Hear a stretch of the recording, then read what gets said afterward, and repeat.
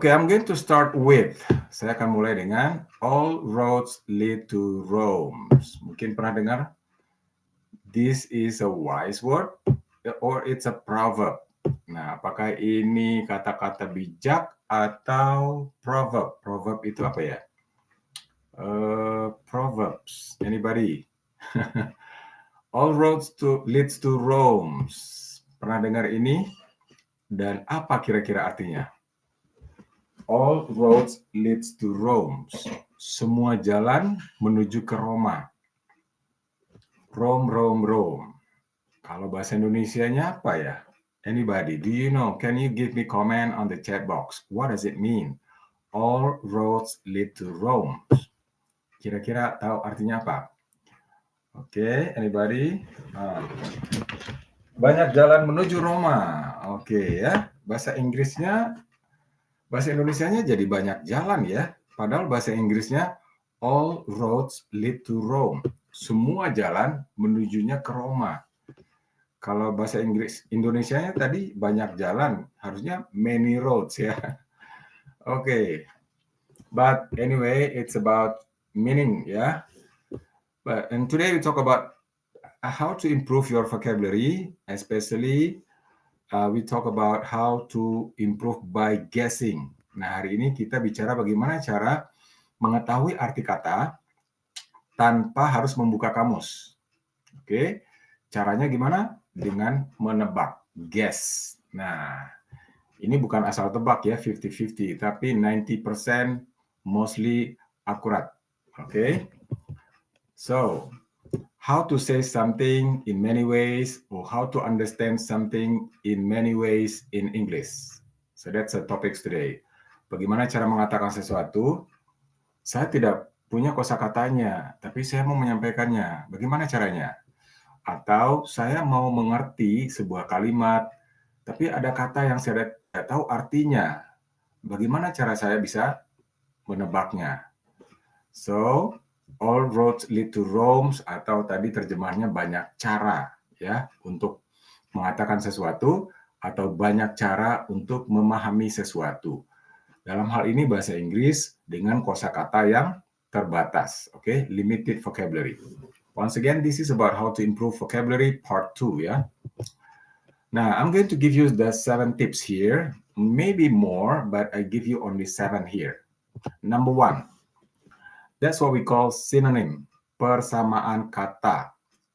English, so many synonyms. If you don't understand one word, you can find or you can use another word. For example, beautiful sama dengan lovely. If you don't know what to say beautiful, you can say lovely. If you don't know lovely, you can say beautiful. But sometimes there are 2 or 3 or 4 similar words. Okay?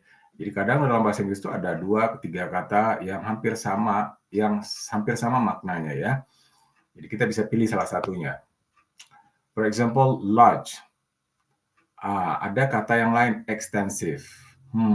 Jadi saya bisa tahu sekarang ya, large itu kurang lebih hampir sama dengan extensive. Okay, this is an example. Nah, ini kita ambil contoh kalimat ya. I like this very much. Like very much itu sama dengan love. Jadi love itu bukan hanya cinta loh ya, tapi artinya bisa sangat suka. So, you can use like very much atau you can say only love this.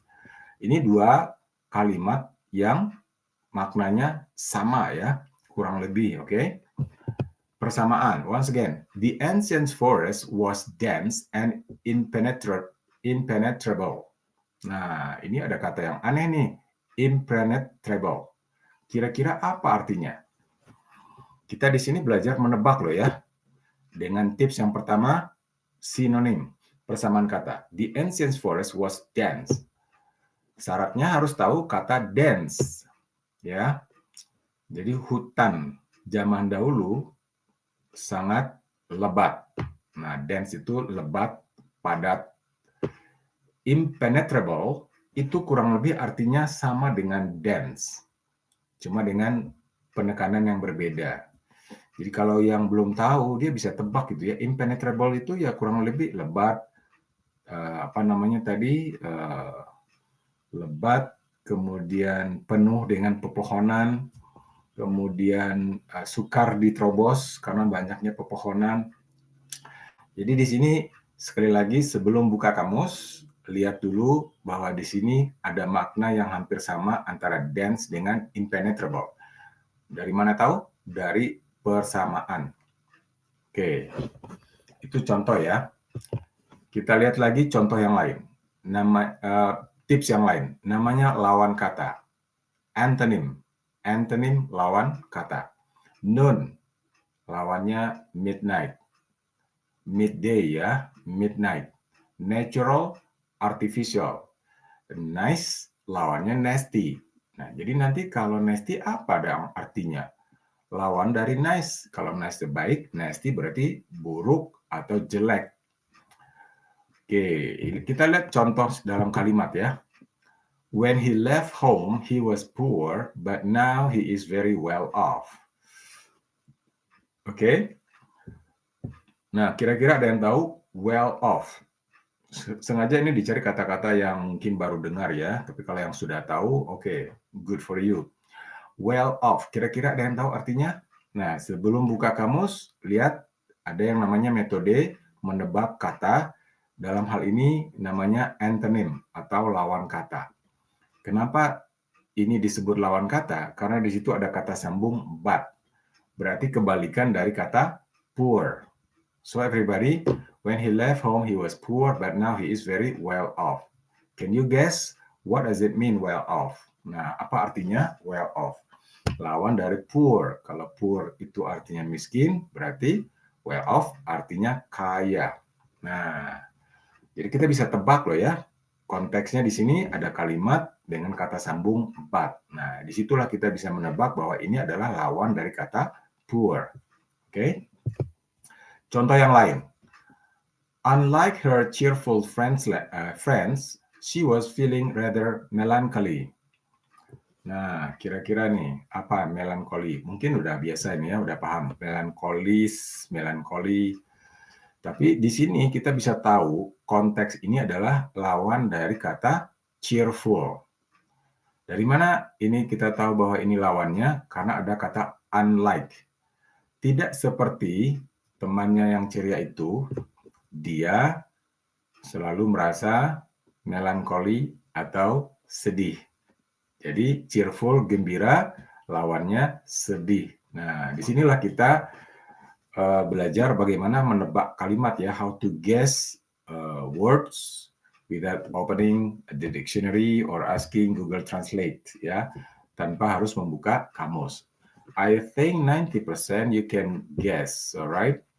But you have to understand cheerful. Harus tahu dulu arti lawan pasangannya ya. Oke, tips number 3. Tips berikutnya. Causality, hubungan sebab akibat. If you put that metal on fire, it will melt. Nah, apa itu melt dalam bahasa Inggris?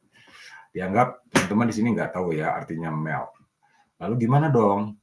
Ingat sebelum buka kamus, lihat dulu tips berikut ini yaitu sebab akibat. Dari mana ini taunya? If you put that metal on fire, jika meletakkan atau memasukkan logam ke api, maka dia akan titik. Nah, general knowledge, I think you know, if you put that metal on fire, it will, in bahasa Indonesia, kita sebut meleleh. Nah, dalam bahasa Inggrisnya melt, melting pot, melt. So, here you can try tips number 3, causality. Oke, jadi kita bisa tebak dulu ya. Belum buka kamus, tapi bisa tebak karena ini hubungan sebab akibat. Melt. Let's find another example. The field was parched after weeks without rain. Nah, oke. Anybody? Mungkin ya, I guess some of you or most of you do not understand. Apa itu arti kata parched? Anybody? Can you share on the chat box? Apa itu kira-kira artinya?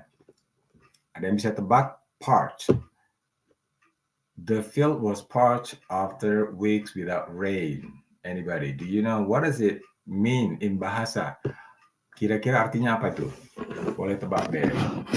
Hubungan sebab akibat, causality. Share on the chat box, please. Don't open dictionary, don't ask Google Translate, just guess. Guessing. Anybody, do you know? Dry, epic. Okay, well done, good job. Jadi kita tahu kan, kalau hari-hari berminggu-minggu tanpa hujan, apa yang akan terjadi dengan tanah atau lapangan? Ya, tentu saja mengering gitu. Oke, namanya parch. So, everyone, you have tips number 3, causality. Atau dibalik loh ya, jika hujan terus-menerus turun, apa yang terjadi dengan tanah? Dia akan jadi lembab atau basah. Saturated, bahasa Inggrisnya ya, saturated. So, you may understand now the causality. Silakan, ini butuh latihan loh ya, menebak-nebak kata ini penting banget loh. Karena itu membuat vocabulary kita bertambah tanpa kita sadari. Oke? Next. Tips number 4. Explanation. Nah, jadi kalau a big animal, kita tebak apa ya? Nah, mungkin masing-masing ada mikir ya. I'm sorry. I'm sorry again. A big animal. Elephant. Oke, a small animal, ant. Oke, ini mungkin penjelasannya, ini disebutnya penjelasan ya. Tapi kita lihat dalam bentuk kalimat lah ya. An anthology is a collection of writings. An anthology is a collection of writings. Nah, kira-kira ada yang tahu nggak apa artinya itu ya? An anthology is a collection of writing. Anybody, can you guess? Ada yang tahu arti anthology dalam hal ini? Number 2, alga, like many other water plants, move with the movement of waters. Oke, saya asumsikan teman-teman nggak tahu nih artinya anthology and alga. Oke. Nah, karena tips number 4 namanya explanation. Sekali lagi, don't go to dictionary. Guess, what does it mean? Tebak, apa itu kira-kira artinya? Nah, karena ini tipsnya tentang penjelasan, justru yang kita baca itu adalah ada penjelasannya. Anthology is a collection of writings. Collections of writing. Kumpulan tulisan. Jadi antologi apa dong? Yaitu artinya kumpulan tulisan. So you don't go to dictionary, jangan langsung buka kamus, padahal yang kita baca itu kamus, ya kan? Sekali lagi, antologi, apa itu artinya? Kumpulan tulisan. Nah, di sini sudah dijelaskan. Alga, like many other water plants, move with the movement of waters. Apa itu alga? Lihat lagi. Like many other water plants. Jadi alga itu adalah water plants, tanaman air. Oke? So if you know these tips, from now on you can guess the meaning of the words. Apalagi udah kelihatan ini ya, diapit dengan 2 tanda koma. Oh, berarti alga dijelaskan dengan like many other water plants. Alga adalah water plants. Oke? I give you more example. Oke? Nah, ini sudah ya. Contohnya tadi ada 2 itu ya. Anthology and alga. Oke? Next, contoh-contoh, examples. Tips number 5. Cats and dogs are pets usually kept at home. Nah, cat and dogs are pets usually kept at home. Bagi yang belum tahu, pets itu apa sih pets? Nah, kita bisa tebak karena contoh-contohnya sudah ada. Cat and dogs. Apa itu cats and dog? Animal. Tapi bukan animal in the jungle, tapi animal at home, at neighborhood, atau kita sebutnya domestic animals, ya kan? Maka pets di sini artinya adalah binatang peliharaan. Dari mana kita tahu? Itu yang namanya cats and dog. Contoh-contohnya sudah ditampilkan. The doctor recommended a nutritious diet, one full of vitamins and mineral. Kalau ini bukan contoh ya, ini kategori yang sebelumnya tadi ya, explanation. Dari mana tahu? Dari one full of, sorry. Nutritious diet, dari mana tahu? Ya itu contoh-contohnya, ada vitamin, ada minerals, ya betul ya, ini bagian dari contoh. Jadi kalau begitu apa dong? Vitamin dan mineral itu kita sebutnya zat gizi ya. Jadi diet, nutritious diet, ya diet yang mengandung gizi. Nah, so anybody, you can use tips number 5. Apa ini namanya? Example. Number 1, synonym. Number 2, antonym. Number 3, causality. Number 4, explanation. Number 5, examples. Okay. Next. Okay, this is what we call body language. Masih ingat? We can communicate without talking. Orang-orang bahkan ada yang tidak punya kemampuan berbicara, alias bisu. Gimana mereka berkomunikasi? They are using gesture or body language. And this body language or gesture are also the way to communicate. Nah, if you think that your English, you have, low vocabulary, you can express yourself with your body language. Jadi yang merasa kosakata kurang, harus tambah loh ya dengan gesture. Tidak hanya gesture or body language, but also pictures and objects. Jadi dia bisa berkomunikasi dengan cara menggambar atau dengan cara mengambil benda-benda, kemudian dilihatkan, I move this to this, misalnya ya, dia nggak tahu itu namanya apa, dia tinggal bilang this, tapi sambil memegang benda tersebut. Atau malah dia tanya ke audience, excuse me, do you know what is this? Oh, it's what is it? Hanger. Baru dia tahu, oh itu ternyata gantungan. So sometimes I don't understand one vocabulary, one objects, but I can ask the audience atau speaking partners. Kita bisa tanya balik ya ke lawan bicara, what do you call this? What is it? Nah, gitu ya. That's what we call visual ya, gesture, pictures, and objects. Semua benda yang ada di ruangan kita itu tanpa kata satupun, semua orang pasti tahu itu bendanya itu. Tanpa harus disebut ya. Karena pada umumnya ya kita sudah pernah tahu. Okay, that's tips number 6. Now number 7. Okay, ini juga sama loh ya.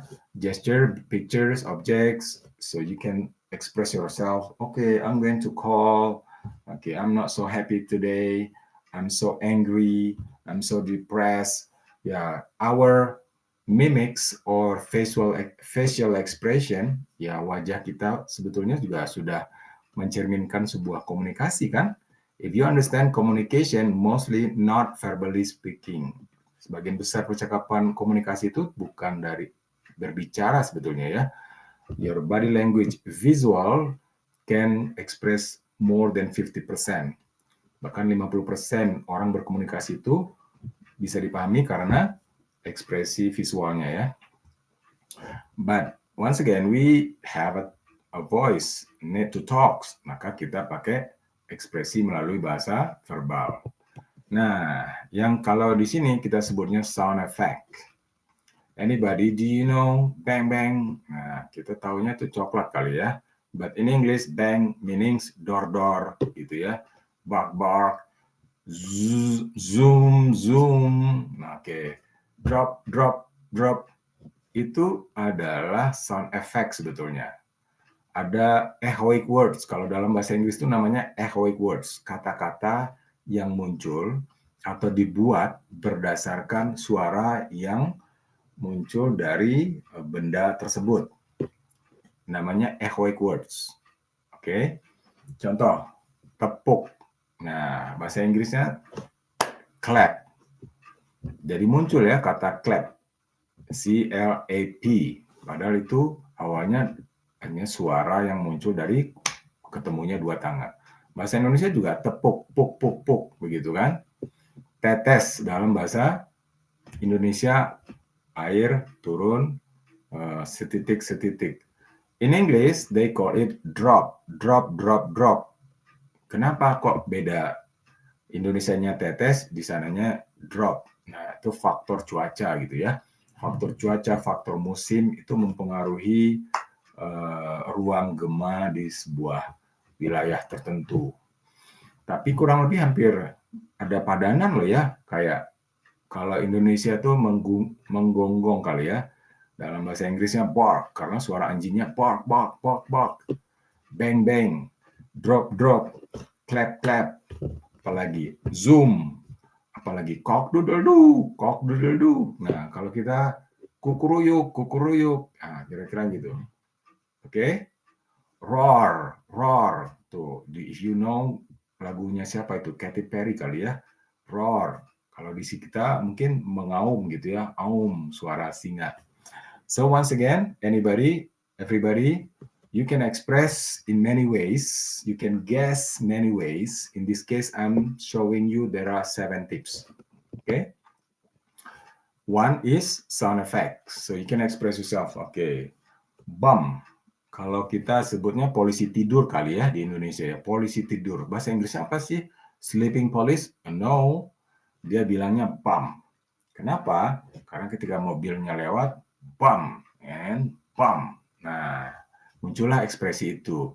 Muncul juga kosakata itu. Jadi jalannya bergelombang ditambah dengan Y, jadi bumpy. Bumpy, bergelombang. Atau banyak polisi tidurnya. Okay? So everyone, there are synonym here, there are antonym here, there are causality, explanation, examples, body language, and sound effects. I hope you can try this, when you speak up or when you read the text. Kalau membaca teks atau sedang berbicara, you can use these tips, okay?